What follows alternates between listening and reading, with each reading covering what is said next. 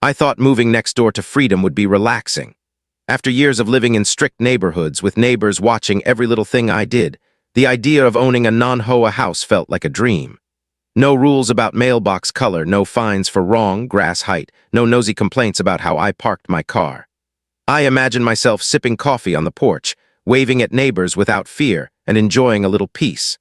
Little did I know, my first day would turn into a full-blown drama starring Karen. The first time I saw her, she was standing across the street, arms crossed, glaring like she had spotted a criminal sneaking into her territory. She waved at me and I waved back, trying to be polite. The smile she offered was just a mask. Underneath it, I could see the calculation, the plotting, the "I will make your life miserable" look that seemed almost legendary. I shrugged and told myself she was probably just over-enthusiastic about neighborhood etiquette. As I carried boxes into my new house, she came over with a perfectly rehearsed friendly tone. "Hi there, welcome to the neighborhood. I hope you know we take pride in keeping things well organized." I nodded, smiling politely, and tried to make small talk. She leaned in, staring at my front porch, the color of my mailbox, and even the angle at which I stacked my boxes. It was exhausting just to be observed. I muttered under my breath, "Wow, this is like a reality show I didn't sign up for." By late afternoon, I thought the worst had passed. I was tired, sweaty, and just wanted to relax in my new living room. Then I heard a knock at the door. Expecting a neighborly hello or a pizza delivery, I opened it to find two uniformed officers standing there. My stomach sank. "Good evening, sir," one of them said. "We received a complaint from the HOA regarding your property." I blinked. "I'm not part of the HOA," I said. They exchanged glances and asked me to explain. Apparently, Karen had already cataloged what she considered violations. My mailbox was the wrong shade of brown, my grass looked suspiciously green, and my cat had allegedly been seen in the yard at a dangerous hour. The officer tried to keep a straight face, and I tried not to laugh. "I live outside the HOA," I said again. They nodded politely, clearly unsure what to do. After some back and forth, they left, shaking their heads, and I was left staring at the door. Karen was fuming across the street, her arms crossed, lips pursed, probably drafting her next complaint in her head. The rest of the evening was tense. Every creak of the floor made me jump, half expecting Karen to appear at my door with another list. I unpacked cautiously, moving boxes like a spy tiptoeing through a minefield. I glanced out the window periodically, just to make sure she wasn't peeking from behind her curtains. I realized quickly that living next to Karen meant life would never be quiet, peaceful, or predictable. Before heading to bed, I decided to do a small victory lap. I walked to the porch, sipped my coffee, and breathed in the fresh air. This was my house, my space, my sanctuary, but then I noticed a folded note stuck under my doormat. My heart sank. With shaking hands, I picked it up and read Karen's impeccable handwriting. It was short, polite, and deadly. "We will be monitoring your property closely. Please ensure compliance with all neighborhood standards." I dropped the note on the table and laughed nervously. This was going to be a long, strange journey. The thought of living next door to Karen, who already seemed determined to micromanage my life, made me both anxious and strangely entertained. I had survived the first day. Barely. Tomorrow would be another chapter in what was already shaping up to be the ultimate neighborhood showdown. The next morning, I woke up to birds chirping, sunlight streaming through the blinds, and the lingering tension from day one. The thought of Karen watching me from across the street was oddly comforting and terrifying at the same time. At least the sheriff had left, right? I hoped. I stepped outside to grab the newspaper, trying to act normal. That's when I noticed something that made my stomach drop. A small envelope stuck in my mailbox. My heart skipped a beat. Opening it carefully, I found another note from Karen. She had already made her move before I had even finished my first coffee. The note read something like, "I noticed your grass is slightly uneven. Please correct this immediately for the sake of neighborhood harmony." I stared at it for a few seconds, trying to process how someone could be so serious about grass. I almost laughed out loud. Almost. Later that morning, the doorbell rang. I froze. I wasn't expecting anyone. Peeking through the window, I saw the sheriff again. My heart sank. Apparently, Karen had made another urgent report. I opened the door, trying to sound calm, and the officer greeted me with a hesitant smile. "Sir, we received another complaint about your property," he said, looking like he wanted to be anywhere else. I explained again, probably for the 10th time in as many hours, that I was not part of the HOA. The officer scribbled notes, glanced at the envelope in my hand, and sighed. "Ma'am," I said, pointing vaguely, "you do know I'm not a member, right?" The sheriff nodded, but Karen's complaints were already in the system, apparently. What struck me most was the absurdity of it all. Karen's list of violations was growing faster than my excitement about unpacking. She had somehow determined that my mailbox post was slightly leaning toward the street instead of perfectly perpendicular. She even claimed that the shadow my new porch swing cast in the morning was disrupting neighborhood symmetry. I had to remind myself to breathe. It was almost impressive how creatively she could invent rules that didn't exist. I tried to keep my sense of humor. After all, this was ridiculous. I even imagined a tiny little courtroom in her living room, complete with a gavel, where she sat like a strict judge handing down sentences for mailbox crimes.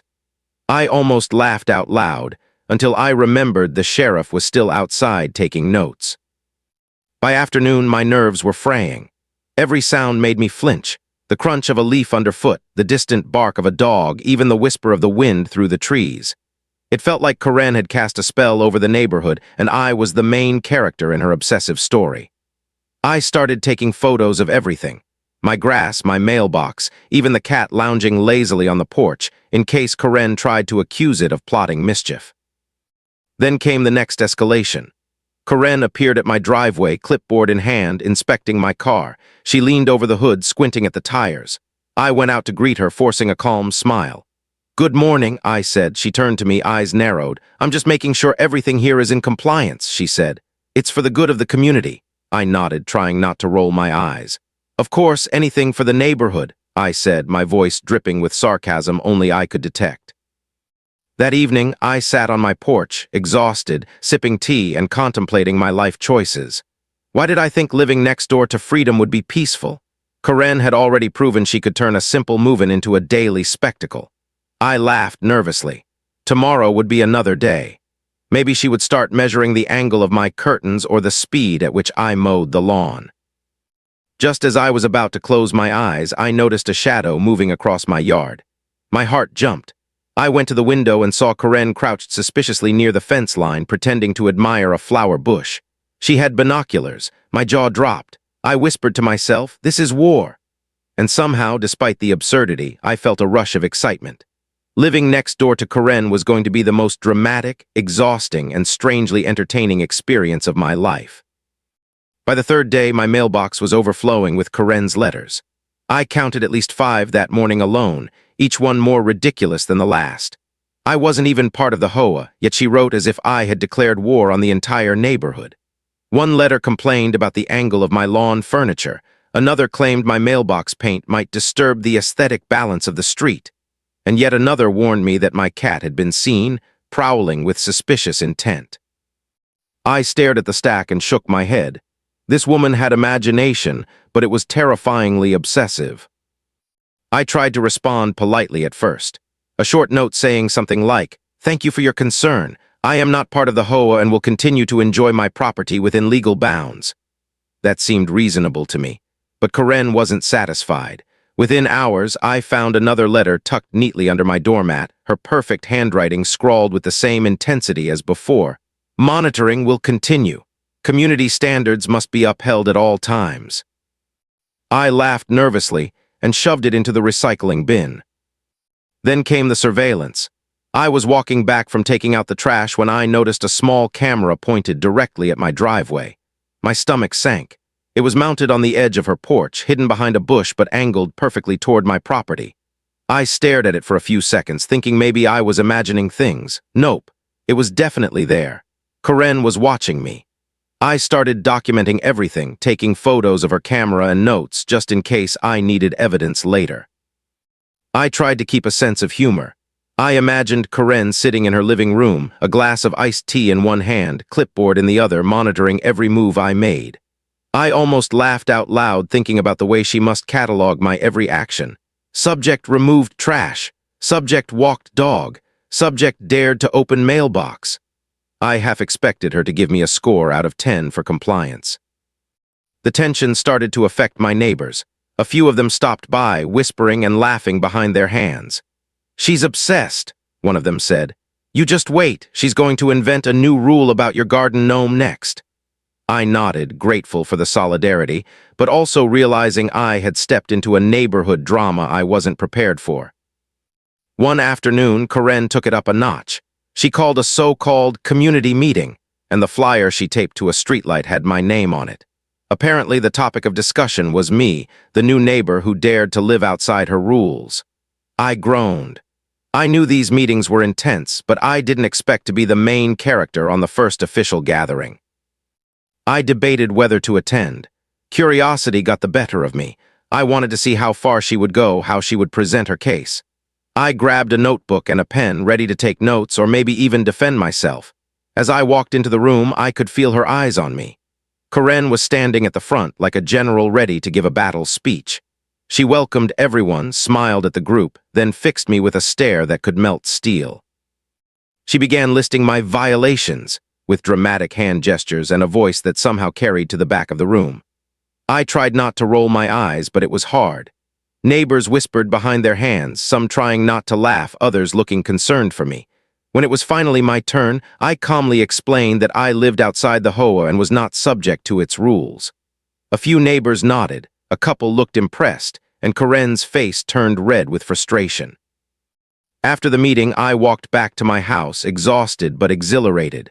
Karen had made it clear she wasn't going to back down. The surveillance, the letters, the meetings, it was all part of her strategy.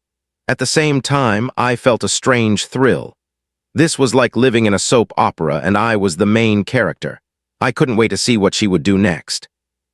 As I unlocked my front door, I noticed something unusual on the porch. A tiny notebook scribbled with her handwriting left just far enough away to be found. It was her daily observations, a catalog of my movements, my morning routine, even notes about how I drank my coffee. I stared at it for a moment, then laughed out loud. Karen had officially crossed into obsession territory. At that moment, I realized that living next door to her was not going to be peaceful. It was going to be entertaining, exhausting, and completely unpredictable. By the fourth day, the entire neighborhood seemed to be buzzing about Karen and her obsession with me. It was like I had accidentally become the star of a reality show nobody asked for.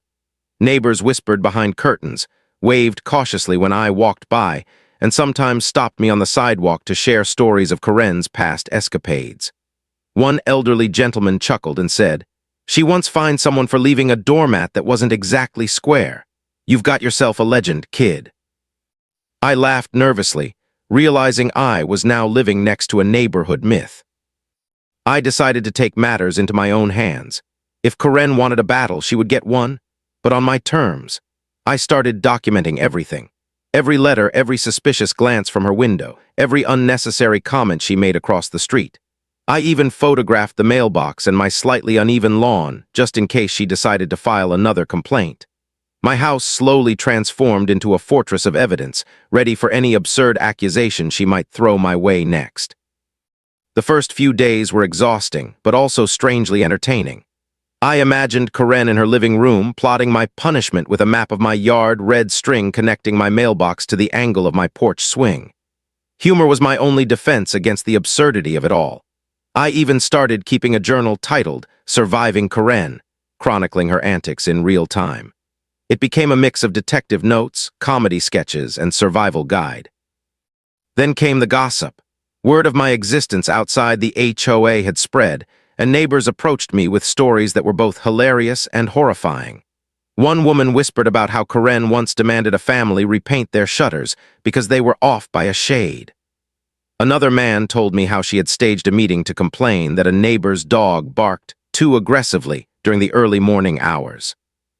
I realized I wasn't just dealing with a single person's obsession. I was entering the kingdom of Karen, the self-appointed ruler of neighborhood rules. Despite all this, I tried to maintain a sense of normalcy. I mowed my lawn, watered my plants, and carried on with everyday life, but always with one eye on her house.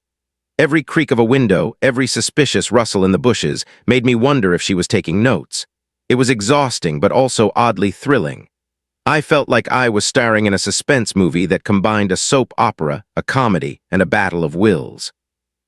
One afternoon, Karen stepped up her surveillance game.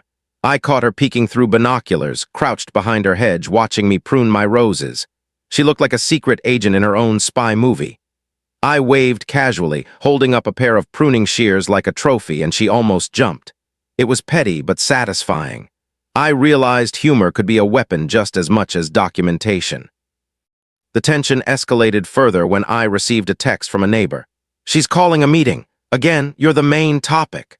My heart sank. The meeting would be public with the entire HOA crew present, and Karen would undoubtedly present her latest list of violations.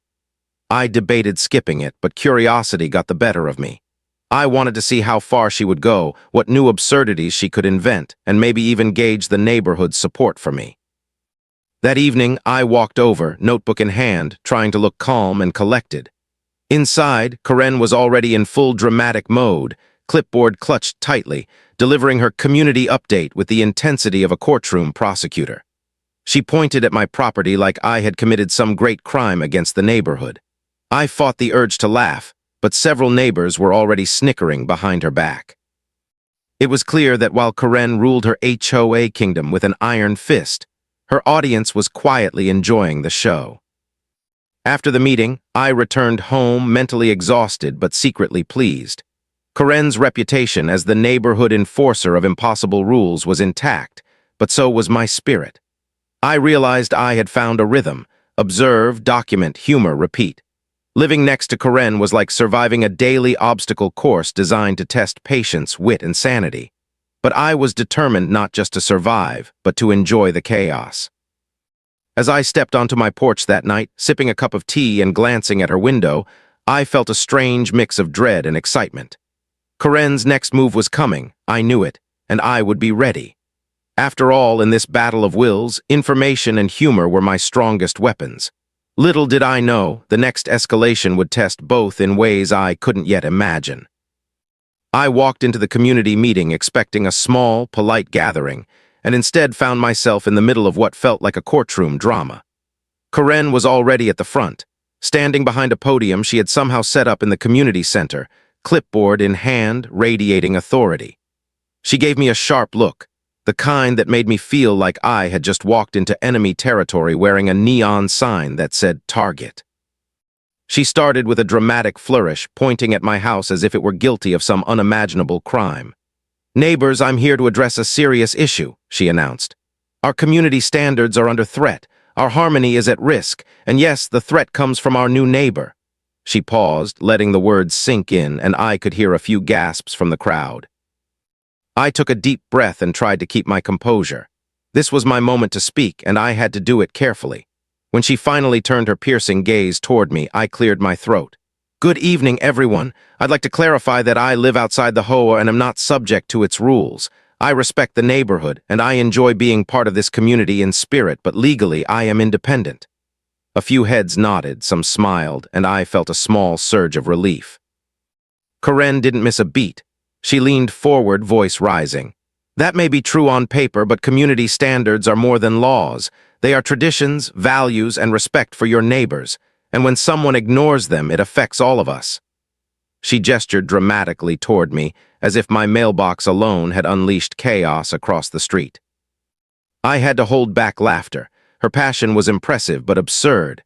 I realized she had turned this meeting into a performance, complete with a narrative where I was the villain. Humor was my only defense, but I had to use it carefully in front of the neighbors. Instead of mocking her openly, I chose a subtle approach. "I understand and respect the values you're trying to uphold. I just hope you can respect my right to enjoy my property in peace." I said it calmly, with a smile, and I could see some of the neighbors nodding in agreement. As the meeting continued, Karen's accusations grew more and more ridiculous. She claimed my grass was too green, my porch swing was unsettlingly cheerful, and that my mailbox might encourage other residents to adopt non-compliant behaviors. I took notes in my notebook, documenting every absurdity for future reference. Neighbors whispered and stifled laughter, clearly entertained by her theatrics. At one point, Karen attempted to rally the group, asking for a show of hands to support her claims. I glanced around and noticed only a few hands went up. Most neighbors looked uncomfortable. Some exchanged amused glances. It became clear that while Karen ruled with intensity, her influence was limited when it came to enforcing rules outside the HOA's jurisdiction. Finally, I spoke again, addressing the group directly. I hope this clarifies the situation. I am committed to being a good neighbor, but I must live my life without unnecessary interference. The law is clear, and I intend to follow it. I hope we can find a way to coexist peacefully. My voice was firm but polite, and for the first time, I saw Karen hesitate. The room was quiet, and even she seemed unsure how to respond. The meeting ended shortly after, with neighbors leaving while exchanging whispers and chuckles. Karen stormed out last, muttering about contacting state authorities and setting things right. I returned home feeling a mix of exhaustion, triumph, and disbelief. I had survived my first real confrontation with Karen and had done so without losing my cool. Later that evening, I reflected on the day. The tension, the absurdity, the drama. It was exhausting, but also strangely exhilarating. Living next door to Karen was like being in a never-ending play, and I had managed to perform my role without falling into her trap. Humor, documentation, and a calm demeanor had been my allies. As I sipped my tea on the porch, I noticed her car parked across the street. She was peering out of her window, undoubtedly plotting her next move. I smiled, shaking my head. This was far from over. Karen would escalate, of that I was certain, but I felt ready. After today, I knew that surviving Karen meant being clever, patient, and maybe a little entertaining. Tomorrow would bring another round, and I would be ready. By the 6th day, it was clear Karen had officially entered full villain mode. She had escalated from letters and meetings to what could only be described as sabotage. Small annoyances started appearing, carefully designed to get under my skin. One morning, I found a perfectly folded note stuck under my doormat. Trash bins must be aligned precisely 3 inches from the curb. Another day, a neighbor whispered that Karen had called the city about a possible code violation regarding my flower pots. My jaw dropped. I decided to fight back, but I would do it with humor and intelligence. I started documenting everything obsessively, photos, videos, notes. I even set up a little evidence corner in my living room, stacking letters, flyers, and absurd complaints. It was like building a fortress of proof, ready to protect me from her relentless scrutiny. One afternoon, the ultimate test came. Karen appeared at my driveway, clipboard in hand, looking like a general inspecting troops before battle. She glared at my car, leaned over the hood, and muttered about parking alignment and community safety hazards.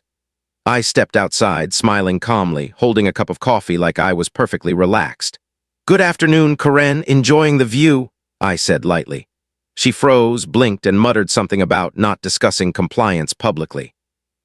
It was petty, yes, but satisfying. I started to realize that humor could be a weapon. Instead of getting angry, I played along, exaggerating the absurdity of her claims. One day, she accused my garden gnome of endangering neighborhood aesthetics. I placed the gnome in an elaborate, heroic pose, holding a tiny flag, then waved at her window. She did a double-take, clearly frustrated. It became a game, her absurdity met with my subtle mockery. The tension in the neighborhood was palpable. Neighbors would peek out from behind curtains, whispering and giggling as the drama unfolded. A few even approached me, offering advice or sharing stories of their own run-ins with Karen. I began to feel like I had allies in secret, watching and waiting with me for the next act in this ongoing saga. Then came the driveway confrontation. Karen had apparently decided that the curb, my mailbox, and even the angle of my porch swing were all offenses worthy of direct inspection. She stood near the property line, clipboard raised, and I stepped onto the porch to face her. The air between us felt thick, charged with tension. She rattled off complaints like a litany, each one more ridiculous than the last, and I calmly responded, documenting her every word in my notebook. It was exhausting, but also empowering. I realized that surviving Karen wasn't about confrontation alone. It was about strategy, patience, and keeping my sense of humor intact. The more outrageous her antics became, the more I could turn them into material for my journal, secretly titling entries like The Mailbox Wars or The Swing Saga. By evening, she retreated, probably planning her next move, and I finally had a moment to breathe. I walked to my porch, looking out across the street, and realized something important. Karen had no legal power over me, only imagination and determination. That was both terrifying and comforting. I could fight back creatively, documenting every step without fear of real consequences. As I sipped tea and watched the sun dip below the horizon, I felt a mixture of dread and excitement. The battle lines were drawn, but I was ready. Tomorrow would bring new challenges, new letters, new inspections, maybe even more absurd claims, but I had discovered my own power, observation, humor, and clever strategy. Karen might try to control the neighborhood, but she could not control me. Not legally, not mentally, not ever. I laughed softly to myself, shaking my head. Living next door to Karen was exhausting, ridiculous, and chaotic, but somehow it had become entertaining. The War of Wills was only beginning, and I was prepared to see it through, armed with humor, patience, and a well-documented notebook full of evidence. Karen thought she had me cornered, but she was about to discover that her creativity had met its match. By this point, I had a full dossier of her antics. Letters, photos, videos, even screenshots of ridiculous texts she sent to neighbors warning them about my non-compliant behavior. I felt like a general preparing for the final battle, and Karen, unknowingly, was marching right into my trap. Her latest scheme was ambitious, even by her standards. She had convinced herself that if she could get the entire neighborhood to back her claims, she could somehow force me into compliance. I got wind of it through a neighbor's hushed warning. "She's planning a surprise inspection tomorrow. She wants everyone on your lawn to take notes. She's going full power mode." I chuckled to myself. Karen had clearly forgotten that I had documentation, witnesses, and common sense on my side. The next morning, I spotted her across the street, clipboard in hand, striding purposefully toward my property line. She looked like a general ready to conquer, scanning every detail of my lawn, mailbox, and porch as though my entire existence depended on her approval. I stepped onto the porch with my coffee, notebook in hand, ready for the performance. "Good morning, Karen," I said calmly. "Ready for inspection day?" She froze mid-step, blinking at me as if I had thrown her off script. "This is for the community," she said stiffly, adjusting her sunglasses. I smiled. "I understand, and I welcome transparency. In fact, I've prepared something for you." I held up my notebook like a shield. Inside were pages of every interaction, every letter, every absurd claim she had made. It was organized, numbered, and impossible to ignore. Her eyes widened as she realized she had underestimated me. The neighbors had gathered quietly on their porches, peeking from behind curtains, whispering and trying not to laugh. Karen's face turned red, her hands shook slightly, and I could see the panic setting in. For the first time, she wasn't in control. I had turned her own obsession against her. I started flipping through the notebook, calmly reading excerpts aloud. The mailbox complaint, the grass height warning, the cat prowling accusations. The absurdity of it all was undeniable, and the crowd couldn't hide their amusement. Whispers turned into suppressed laughter. Karen's dramatic gestures became frantic, as if she were improvising a scene without a script. By the time I finished, she was sputtering, trying to regain authority. This is not fair," she stammered. "You can't just—" I interrupted gently. "I didn't make up any of this. It's all here in your words and actions. Legally, there's nothing you can do, and publicly the neighbors seem to agree." The murmurs of agreement were undeniable now. Karen's power, built on fear and exaggeration, had crumbled. It was a strange mix of triumph and humor. Her reputation as the neighborhood enforcer was intact in legend, but in reality, her overreach had been exposed. She stomped back to her house, muttering about calling the proper authorities and setting things right. But it was clear she had lost the battle of this particular day. I sat on my porch, notebook closed, coffee in hand, watching her retreat. The tension had broken, and the absurdity of the situation hit me. I laughed softly to myself. Neighbors came by quietly, some offering sympathetic smiles, others sharing stories of past run-ins with Karen. They congratulated me on surviving the encounter without losing composure, and one even joked, "You should have sold tickets. This was better than TV." I nodded, thinking the same thing. Living next door to Karen had become an unpredictable mix of suspense, drama, and comedy. By evening, the neighborhood had quieted, but I knew Karen wasn't finished. She would plan more attempts, more schemes, but for now, the balance had shifted. I had evidence, witnesses, and most importantly, patience. The game was no longer one-sided. Karen had underestimated me, and that mistake would echo in every future interaction. As the sun set and I sat on my porch, I reflected on the chaos and absurdity. Surviving Karen had become a test of humor, wit, and persistence. And now, with her power diminished for the moment, I could finally relax, knowing that the next act, whenever it came, would play out on my terms. Living next door to her wasn't peaceful, but it was certainly never boring. Karen's final attempt at control was, in retrospect, almost predictable.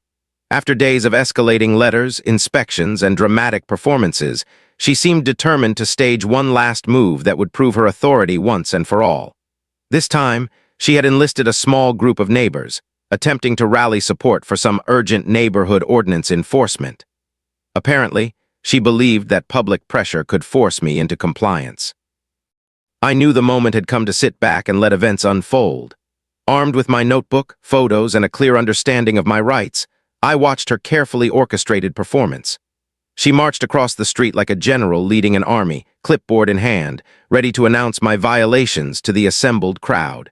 Neighbors peeked from behind curtains and from their porches, some whispering, others giggling quietly. It felt like a stage was set for the final act. Karen launched into her speech, pointing dramatically at my house, mailbox, and even the angle of my porch swing. She rattled off complaints about grass height, flower arrangements, and alleged disturbances caused by my cat. Her voice carried, her gestures grew wild, and she clearly expected awe, fear, or at least submission. The neighbors, however, were not impressed. Many rolled their eyes, whispered under their breath, and a few outright laughed. Karen faltered. For the first time, she wasn't in control. I stepped forward calmly, holding my notebook. "Good afternoon, everyone," I began, my voice steady. "I've kept a detailed record of all complaints, inspections, and letters. As you can see, every claim made has been documented, most of which are either exaggerated or based on misunderstandings." I flipped through a few pages, showing photographs, letters, and notes. The absurdity of the complaints was undeniable. As I spoke, I noticed Karen's face turn bright red. She tried to interject, but neighbors politely but firmly ignored her. Whispers turned into murmurs of agreement with me, some even nodding or chuckling. Her plan to shame or pressure me had completely backfired. The more she tried to assert control, the more the crowd seemed to side with reason, common sense, and reality. After a few tense minutes, Karen's allies began to drift away. One by one, the neighbors who had initially humored her left, muttering excuses or shaking their heads. Karen looked around, realizing she had overestimated her influence. She opened her mouth, tried to form another complaint, but the room was silent except for my calm, factual statements. The tide had turned entirely. Finally, I addressed her directly, keeping my tone polite but firm. "Karen, I understand you care about this neighborhood, but I am not part of the HOA and I live legally outside its jurisdiction. I hope we can coexist peacefully, respecting each other's boundaries." There was no malice, no sarcasm, just the plain truth. The room absorbed it, and even Karen had no choice but to acknowledge it silently. She stormed off, muttering about contacting state authorities, but the damage was done. Her final attempt to control me, to publicly assert dominance, had completely failed. Neighbors quietly congratulated me, some with sympathetic pats on the shoulder, others with hushed laughs about the ridiculousness of it all. The tension that had filled the neighborhood for days lifted, replaced with a sense of relief and amusement. That evening, I sat on my porch, sipping tea and reflecting on the chaos. Living next to Karen had been exhausting, stressful, and at times absurd, but it had also taught me patience, strategy, and the power of documentation. Humor, calm, and careful planning had turned her own obsession into a public spectacle that ultimately exposed her overreach. I laughed softly to myself, shaking my head. I had survived Karen, and in doing so, had earned the quiet satisfaction of victory without confrontation. As the sun set, the neighborhood felt normal again. The letters stopped, the inspections ceased, and the glares faded. Karen retreated into her house, plotting perhaps for the future, but for now, peace had returned. My mailbox stood proud, my grass grew freely, and my cat roamed without scrutiny. I leaned back, content, knowing that living next door to Karen would never be boring, but at least now it was mine to enjoy on my own terms. And as I finally sipped the last of my tea, I couldn't help but smile. I had bought a house, survived an HOA legend, and somehow lived to tell the tale. The battle was over, the war had been won, and the neighborhood had learned a valuable lesson. Rules only go so far, and sometimes patience and humor are the strongest weapons of all. You've heard this confession, now wait until you hear the next one. The truth that shatters everything you thought you knew.